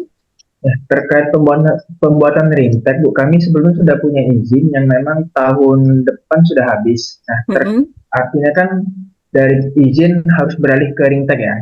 Iya benar Pak Alvin. Nah, untuk pembuatan Rintek sendiri, apakah perusahaan bisa membuat sendiri nih, nanti diwakili oleh bagian Departemen Lingkungan, atau harus melalui konsultan? Karena ada beberapa informasi yang disampaikan kalau mengurus sendiri itu urusannya kan kami PMA ke KLHK itu agak ribet dan memang dianjurkan ke konsultan, khususnya nanti pada saat presentasi hasil penyusunan Rintek. Nah, pengalaman Ibu terkait penyusunan Rintek dan presentasi entah itu ke KLHK atau daerah seperti apa Bu ya? Terima kasih Bu. Oke, terima kasih Pak Alvin. Untuk pengurusan Rintek dan persetujuan itu kita tidak ada tahap presentasi ya Pak, kecuali kalau Bapak perusahaannya Bapak baru bangun, nah itu baru ada presentasi. Tapi kalau hanya pengurusan Rintek sampai dengan ke persetujuan lingkungan itu tidak pernah adanya presentasi Pak. Paling adanya kita konsultasi atau balasan berupa email mengenai dokumen-dokumen yang kurang. Tapi untuk presentasi di KLHK tidak ada. Untuk pengurusannya boleh sendiri atau melalui konsultan, itu dikembalikan lagi ke perusahaan Bapak dan Ibu masing-masing ya yang PMA.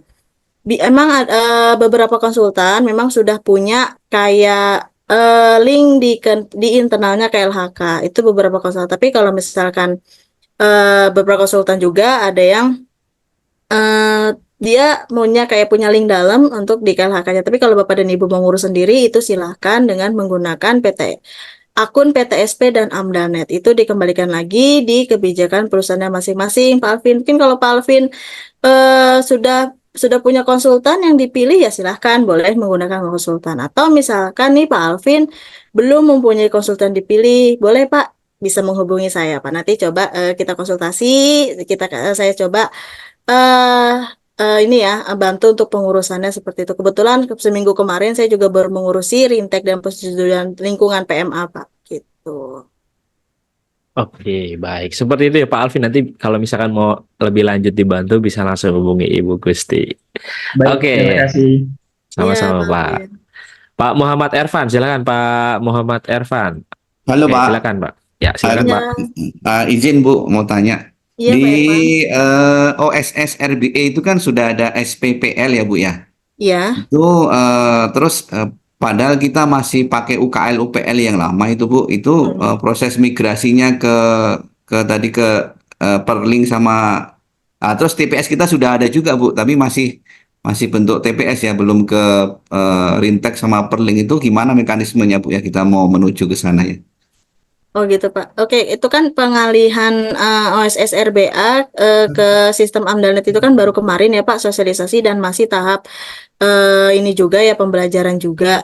itu bagaimana ke SPPL ke UKL-UPL. Nah, Bapak tinggal update aja dokumen SPPL-nya ke dokumen UKL-UPL Pak, mengikuti format UKL-UPL menurut peraturan dari PP 22 Pak. Coba dilihat lagi Pak, di PP 22 itu nanti dari Permenhalakannya berapa saya juga lupa untuk format UKL-UPL-nya updating. Jadi Bapak jatuhnya updating SPPL ke UKL-UPL periode terbaru itu Pak. Oke, seperti itu Pak Muhammad Irfan. Kita lanjut lagi. Buat teman-teman semuanya yang ingin bertanya langsung, silahkan bisa klik raise hand ya. Kita lanjut dulu di kolom Q&A. Dari Pak Faisal Reza. Untuk membuat Perling, apakah ada persyaratan lainnya, Bu? Selain Rintek B3, seperti Andalalin, IPAL, SLO Genset, untuk gedung perkantoran. Silahkan Ibu Gusti. Oke, kalau untuk penerbitan persetujuan lingkungan di bidang di bidang limbah B3 itu hanya fokus persyaratan di limbah B3 saja ya Pak. Jadi tidak ada kita upload SLO pertek emisi, SLO apalagi itu IPA tadi seperti itu ya. Tidak ada, kita hanya fokus update matriks, kita hanya fokus update NIB, hanya fokus update mengenai uraian kegiatan sama sumber limbah serta kode limbah. Yang setahu saya sih diisi di AMDALnya seperti itu di bidang perkantoran ataupun di bidang industri gitu Pak. Jadi kalau kecuali Bapak mau bikin SLO pertek emisi misalnya SLO pertek IPA, nah itu persyaratannya beda lagi Pak. Kolom-kolom yang harus diisi pun itu berbeda seperti itu Pak. Oke, baik. Nah, Bu, ini ada pertanyaan juga dari Pak Arif lagi nih, terkait dengan prosedurnya. Kalau tadi kan kita bahas tentang PMK, kalau untuk yang sektor konstruksi bagaimana, Bu? Untuk di proyek di suatu daerah, apakah prosedurnya sama kalau untuk di konstruksi? Oke, kalau di konstruksi Bapak konstruksinya PMA atau PMDN gitu. Karena Ah, PMA PMDN ini bahasannya itu tidak harus konstruksi ya Pak. Kalau misalkan dia konstruksinya PMA ya Bapak ikutin alurnya PMA. Kalau Bapak konstruksinya PMDN ya ikutin alurnya seperti PMDN gitu Pak. Jadi tidak ada memandang kalau di konstruksi seperti apa, tidak ada. Kita hanya fokusnya kuncinya PMA atau PMDN seperti itu. oke, berarti sama saja ya seperti kalau baik itu bidang konstruksi atau yang lainnya ya, Bu ya. Iya, sama aja sih Pak. Oke, nah kalau di perumahan atau klaster itu seperti apa, Bu? Apakah wajib membuat tempat penyimpanan limbah B3 dan perizinannya dari Pak Fortu Idam? Ya kalau perumahan dan itu sih kayak saya belum diatur ya Pak untuk klaster perumahan itu seperti apa. Kalau Bapak mau bikin limbah B3 ya silahkan itu tidak. Tapi kayaknya ini peraturan itu baru hanya di bidang industri saja Pak. Belum masuk ke perumahan. Karena masuk perumahan itu jatuhnya kayak industri rumah tangga gitu juga itu belum ya Pak. Baru masuknya ke sektor industri yang besar-besar gitu. Tapi kalau Bapak mau lebih dulu ya, Bapak berarti jadi pencetus utama nih Pak, gitu ya, untuk pengurusan perizinan TPS 53 di sektor klaster atau perumahan. Itu bagus itu Pak. Baik. Lanjut lagi dari Ibu Angel Belinda terkait dengan perubahan izin dari TPS B3, kemudian dari izin yang lama ke Rintek. Nah, persyaratannya untuk rumah sakit itu apa saja, Bu? Apakah ada penambahan kode limbah rumah sakit pada Rinteknya atau seperti apa? Ya, kalau untuk industri rumah sakit itu dia ada di fasilitas pengolahan limbah B3 khusus Faiankes ya. Jadi lihat dulu kriterianya untuk Faiankes itu berbeda dengan industri lainnya. Ada peraturan khususnya, saya juga lupa peraturannya berapa. Itu disesuaikan aja fasilitas penyimpanannya disesuaikan dengan Faiankes ya. Jadi, untuk alur proses pengurusan perizinannya itu kalau rumah sakit itu rata-rata dinaungin oleh dinas setempat. Seperti itu, Pak. Jadi kalau rumah sakit Oke. itu dari dinas ya, gitu, Faiankes. Dan peraturannya lihat lagi berbeda dengan industri. Dia ada khusus pengelolaan limbah B3 Faiankes. Oke, baik. Tadi Pak Adi Hermansyah sempat, nah nih, silakan Pak Adi Hermansyah untuk bisa di-unmute terlebih dahulu. Ya, silakan Pak pertanyaannya Pak. Halo Pak Adi. Ya, Pak Adi, silakan Pak. Suaranya belum terdengar Pak Adi. Oh, masih connecting. Ya, silakan Pak Adi. Izin bertanya Pak, Iya, yang yang wajib memiliki UKL sama UPL itu siapa aja ya Pak? Terima kasih sebelumnya. Ya, Pak Adi, untuk yang wajib menunjukkan BPL, tadi sebelumnya ada beberapa juga yang pertanyaan sama ya dengan Pak Adi, itu dilihat lagi Pak dari timbulan dampak lingkungan yang dihasilkan dari perusahaan Pak Adi. Terus Bapak juga kalau misalkan Bapak belum yakin, Bapak bisa konsultasi ke dinas setempat. Terus Bapak bisa melakukan penapisan sendiri di peraturan PP 5 tahun 2021 tentang perizinan berusaha. Nah, itu Bapak bisa melakukan penapisan sendiri. Industri Bapak itu wajib UKLPL atau AMDAL atau SPPL. Berdasarkan dari KBLI-nya juga itu bisa, Pak. Gitu ya. Jadi sekarang sudah ngelink dengan OSS RBA. Jadi Bapak bisa langsung cek di KBLI-nya perusahaan Bapak dan Ibu. Gitu, Pak Adi. Oke, baik. Pertanyaan lagi dari Pak Eduardo Julian, Ibu. Terkait pengalaman Pak Eduardo di perusahaan yang beliau setelah tim verifikasi lapangan DLH, nah beberapa bulan datang ya, ada oli bekas dan Ken Majun sarung tangan yang terkontaminasi B3 seperti solar, oli dan lain-lain. Pertanyaannya adalah bagaimana menentukan karakteristik yang dominan, Bu? Hmm.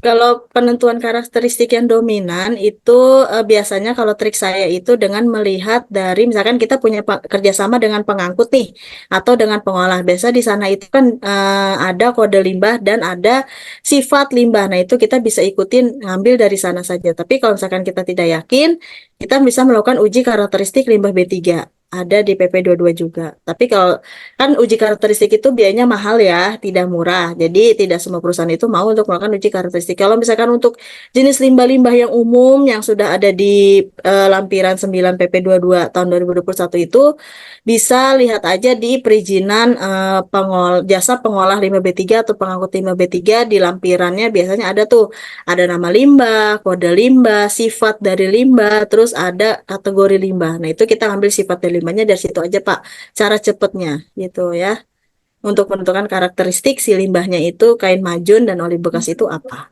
Tapi kalau rata-rata kain majun itu bisa beracun atau padatan mudah menyala gitu Pak. Itu bisa dua karakteristik. Silahkan Bapak bisa dua-duanya atau paling banyak dominan dia ke beracun. Oke, baik. Lanjut lagi, Pak Akmal Rizal. Untuk pengajuan Rintek hanya sudah sampai DLH Kota, apakah perlu ada daftar AMDAL untuk kemasan limbah B3 jika ada yang jika limbah yang dihasilkan per hari kecil, apakah cukup memakai karung atau kantong plastik saja atau harus pakai yang jumbo bag nih, Bu? Oke. Untuk pertanyaannya jadi ada dua ya Pak Arif ya? Mau Iya, konfirmasi betul. lagi Pak. Ya, Pertanyaan yang pertama itu mengenai kalau misalkan izin limbah, gimana Pak Arif? Sorry. untuk pengajuan Rintek yang hanya sampai DLH Kota, apakah perlu daftar AMDALNet juga?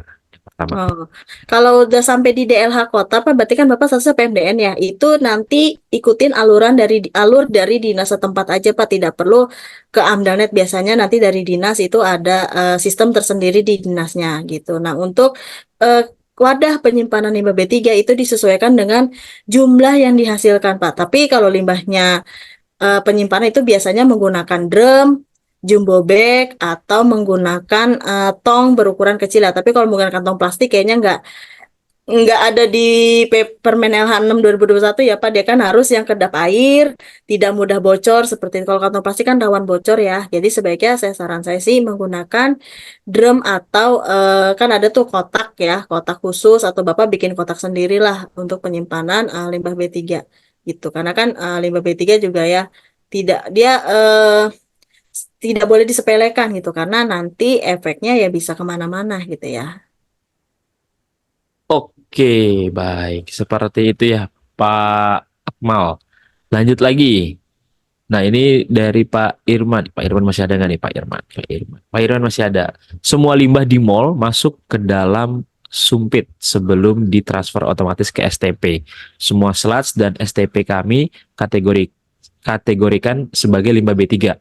Nah, apakah sludge yang kami angkat langsung dari sumpit juga dikategorikan sebagai limbah B3, Bu? Karena sludge tersebut kami angkat manual, tidak membuat saluran transfer kami mampet. Oke, bagaimana, Bu? Oke. Nah, untuk perkan tadi mall ya kan mall itu kan rata-rata kan limbahnya domestik ya, Pak. Itu rata-rata kalau mall-mall itu lumpurnya itu di dinas di Jakarta itu sendiri sudah sebagai limbah non B3. Kalau kecuali kalau Bapak karena kan dia masuk mengolahnya hanya mengolah limbah-limbah domestik.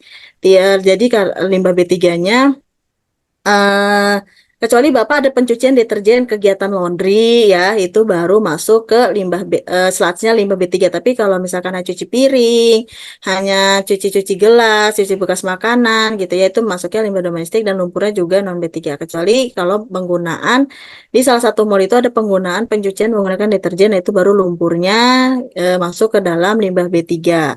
Nah, untuk pengangkutannya gimana ya Bapak? Harus ke pihak berizin dari KLHK yang mendapatkan izin.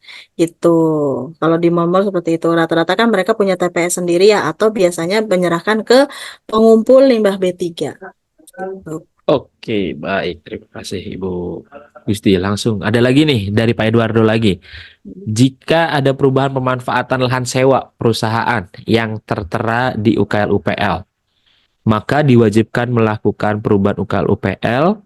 Apa saja tahapannya dan kisaran berapa biayanya nih Bu perubahannya? Nah, kalau perubahan tadi nama ini ya, nama pimpinan atau nama apa Pak Arif? Ada perubahan pemanfaatan lahan sewa perusahaan. Oh, kalau pemanfaatan sewa ya jelas itu harus updating UKL UPL gitu ya. Nah, ini dalam kawasan atau tidak? Biasanya kalau dalam beda-beda Pak, kalau dalam kawasan tarifnya beda, di luar kawasan tarifnya beda seperti itu. Dan tim-timnya juga beda Pak. UKL UPL itu tergantung dari luasan, harganya itu bisa ditentukan dari luasan lahan industri dari Bapak dan Ibu semua ditentukan harganya dari situ luas. Jadi perusahaannya semakin luas ya harganya semakin tinggi gitu ya. Kisarannya berapa? Tiap konsultan beda-beda, Pak. Saya nggak bisa jawab di webinar ini karena ada etika bisnis yang harus saya jaga, gitu ya. Kalau mau tahu harganya mungkin bisa langsung WA aja Ibu Gusti ya Bu ya. Iya, kalau saya spill di sini nanti nggak enak dengan yang lainnya, gitu ya. Oke, baik. Bapak Ibu ada lagi yang mau ditanyakan secara raise hand? Nanti kita berikan kesempatan untuk bisa bertanya langsung dengan Ibu Gusti. Kalau belum ada, sambil kita menunggu. Oh, Pak. Oh, nggak jadi nih Pak Mustaqim nih. Lanjut lagi. Oh, Pak Mustaqim. Silakan Pak Mustaqim. Bisa di-unmute. Halo, Ya. Assalamualaikum. Waalaikumsalam. Waalaikumsalam, Pak. Silakan Pak. Ini mau bertanya ya, Bu. Iya, Pak. Case perusahaan saya itu kan awalnya UKL UPL ya. UKL Mm-mm. UPL, kemudian kena OSS RBA, keluarnya SPPL. Nah, Mm-mm. nah itu bingung. Mau ngurus izin TPS, dulunya itu sudah punya izin TPS. Nah, sekarang dokumennya di OSS SPPL, tapi diminta DLH-nya suruh tetap bikin rintek. Nah, itu gimana ya, Bu ya? Nah, sekarang perusahaan Pak Mustaqim itu berarti di luar kawasan ya, Pak, jatuhnya ya? Ya, dealer motor Ahas. Oh, dealer HAS ya, itu di luar kawasan ya. Nah, Ahas ya. itu harusnya ikut aturan dinas aja Pak, karena kan Bapak pengawasannya ada di dinas Pak. Gitu walaupun secara OSS Bapak SPPL, tapi kan di dinas ini tetap aja Pak ujung-ujungnya pasti ke dinas juga sih Pak. Udah saya pastikan itu Pak.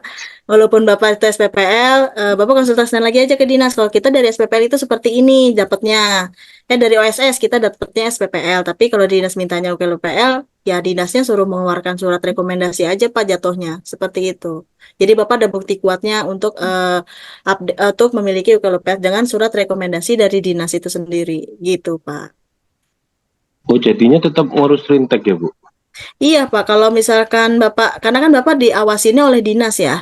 Kalau Ya. pengawasannya di bawah dinas, Bapak harus ikut aturannya dinas. Tapi balik lagi Pak, biasanya dinas itu kan tidak Pak tahu ya bahwa perusahaan ini ternyata SPPL, oh ternyata di OSS SPPL. Kayaknya Bapak harus konsultasi di awal dulu Pak dengan membawa bukti yang Bapak sudah dapat dari OSS RBA itu. Jadi biar dinasnya bisa memutuskan nih apa SPPL saja atau tetap harus UKL UPL atau mengenai izin rinteknya seperti apa itu ada di aturan dinas gitu Pak.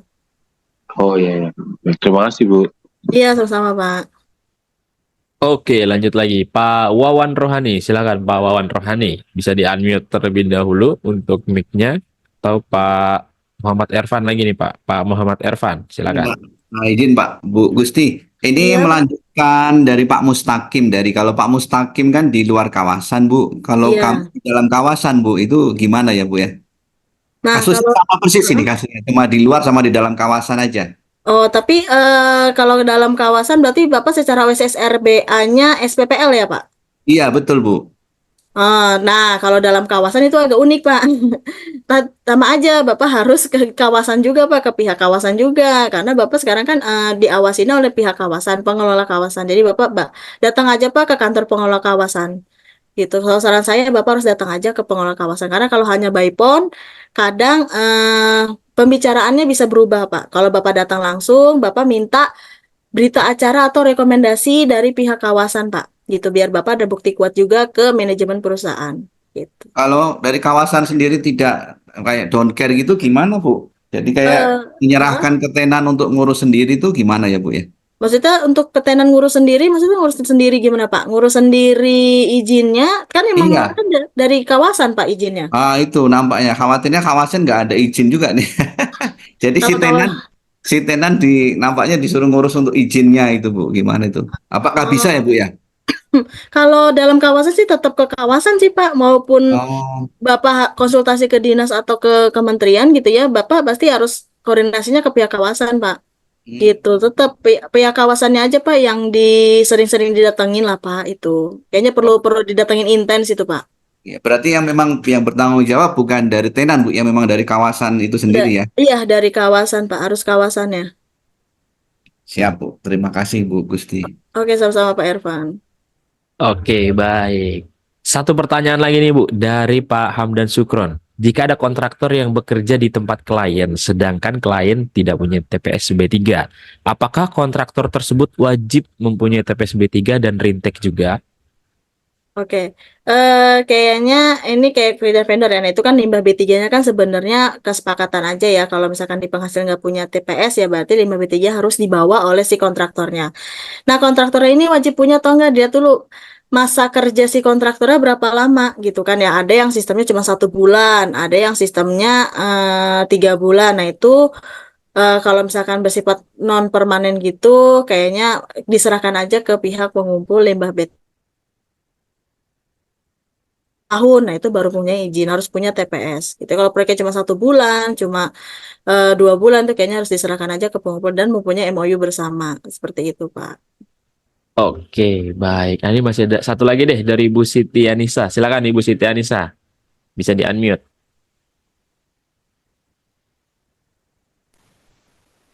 Ya, halo. Ibu Siti Anissa. Anissa. Atau Pak Wawan Rohani. Silakan. Oke, tidak ada. Baik. Pak Ya, Wawan. Pak. Ya, Oh ya, Pak. silakan Pak Wawan. Silakan, Pak. Mohon izin Ibu bertanya Ya, ini Bu. iya gimana, Pak? Untuk pengolahan limbah IPAL itu kan ada yang namanya lumpur bekas preskernya itu ya Bu ya. Maaf, Pak, suaranya ini, Pak, berdengung, Pak. Kurang Betul, jelas ya. jadinya, Pak. Ini udah jelas Bu. Oh iya, sudah, Pak. Sudah jelas, Pak, clear. Oke. Untuk pengolahan limbah IPAL itu Bu, kan ada bekas lumpurnya itu Bu yang tercampur dengan chemical. Iya. Nah, itu apakah lumpurnya itu boleh dibuang semisalkan untuk uruk tanah atau harus melalui inian vendor lagi gitu Bu? Terima kasih Bu. Oke, Pak Wawan. Untuk statusnya sludge IPAL itu, Bapak kan bisa melakukan ini ya Pak, aju banding ya. Aju banding bahwa limbah B3 Bapak itu bisa dialihkan sebagai non B3 atau tidak. Dengan melakukan uji toksikologi atau uji karakteristik dulu di lab. Nah, itu ada tahapannya sendiri Pak untuk pengecualian jenis sludge. Kalau misalkan sludge Bapak terlalu banyak dan diserahkan ke pihak ketiga itu rasanya jumlah uangnya yang harus dikeluarkan lebih banyak gitu ya, dan sedangkan kita jadikan pupuk gitu, bisa, ya itu Bapak bisa aju banding aja Pak ke kementerian ya Pak, tapi ya aju bandingnya bukan ke dinas ya, tapi ke Kementerian Lingkungan Hidup dengan ada form tersendiri dan ada tahapan tersendirinya Pak, gitu. Oke, baik. Seperti itu ya Pak Wawan. Baik, nampaknya sudah pukul 3 sore ya Bapak Ibu semuanya. Nanti kita akan lanjut lagi mungkin untuk tema terkait dengan B3 dengan Ibu Gusti di lain waktu. Karena ini cukup menarik banget ya Bu ya untuk pertanyaan-pertanyaan seputar limbah B3 itu selalu rame ya. Dan biasa setelah ini ada yang menghubungi. Iya. Menghubungi. Oke, dan nanti kalau misalkan ada yang ingin ditanyakan lagi terkait dengan limbah B3, silahkan Bapak Ibu semuanya bisa bertanya langsung dengan Ibu Gusti. Ibu Gusti juga sudah mengirimkan nomor WhatsApp-nya di materi ya. Materi juga sudah bisa diakses di aplikasi Mika. Nanti ada nomornya Ibu Gusti, nanti bisa langsung dikonsultasikan dengan beliau. Oke, baik Bapak Ibu semuanya, jangan dulu kemana-mana karena di closing nanti kita akan berikan door prize. Tapi sebelum kita closing, mari sama-sama kita dengarkan closing statement dari pembicara kita. Kepada Ibu Gusti, dipersilakan. Oke, terima kasih kepada Pak Arief. Untuk pesan saya di tema ke media tema webinar siang hari ini kepada pemrakarsa atau penghasil limbah B3 harusnya siap-siap mempunyai izin ya, izin Rintek atau persetujuan lingkungan karena ini adalah modal penting dalam hal perizinan legalitas di mana nanti ke depannya OSS RBA itu akan ngelink ke semua perizinan yang diterbitkan oleh kementerian. Jadi buat Bapak dan Ibu yang merasa kesulitan untuk pengurusan bisa hubungi konsultan yang sudah ditunjuk oleh Bapak. Jika belum mempunyai konsultan bisa menghubungi saya sendiri. Nanti saya coba arahkan dan kebetulan saya juga mempunyai tim konsultan juga di bidang lingkungan. Terima kasih Pak Arief dan semoga masih bisa ketemu di webinar lainnya dengan judul-judul yang sangat menarik di tren saat ini. Seperti itu. Baik, terima kasih Ibu Gusti, terima kasih juga teman-teman semuanya sudah hadir. Mudah-mudahan apa yang disampaikan Ibu Gusti bisa menjadi solusi untuk pekerjaan kita ya Bapak Ibu semuanya. Dan nanti kita akan coba atur jadwal lagi dengan Ibu Gusti terkait dengan materi seputar limbah B3. Oke, teman-teman semuanya, seperti janji saya tadi di awal, jangan dulu kemana-mana karena kita akan berikan satu buah door prize untuk teman-teman yang beruntung, yaitu sertifikasi auditor SMK 3. Nanti kalau teman-teman muncul namanya, silakan bisa klik raise hand ya. Dan persyaratannya adalah wajib sudah pernah tersertifikasi ahli K3 umum terlebih dahulu. Kita putarkan.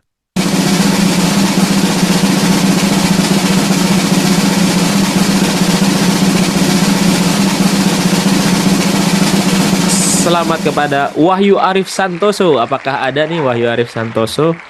Wah, tidak ada. Kita putarkan sekali lagi. Oke.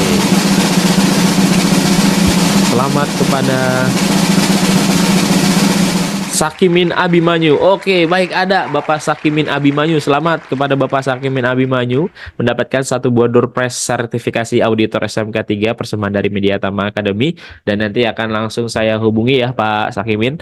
Nanti tunggu saja WhatsApp dari saya. Nanti saya akan informasikan terkait persyaratan untuk bisa mendapatkan auditor SMK 3. Baik, terima kasih Ibu Gusti. Terima kasih teman-teman semuanya. Jangan lupa mengisi absensi karena untuk absensi hanya bisa diisi pada saat webinar ini masih berlangsung hari ini ya, sore ini. Kalau sudah close maka otomatis untuk link absensi tidak bisa diisi lagi ya. Baik, terima kasih teman-teman semuanya sudah hadir. Jangan lupa untuk join ke dalam grup Telegram Kolega Media Tama untuk mendapatkan info cepat link registrasi webinar setiap Sabtu. Dan jangan lupa untuk join kembali di webinar Sabtu depan. Pastikan teman-teman semuanya sudah join ya ke dalam grup. Dan terima kasih Bu Gusti, saya akhiri. Terima kasih, saya Arief Purwadana. Saya Gusti, terima kasih atas waktunya. Mengucapkan wabillahi taufiq wal hidayah. Wassalamualaikum warahmatullahi wabarakatuh. Terima kasih Bu Gusti, teman-teman Terima semuanya. kasih Pak Arief, izin live. Sama-sama.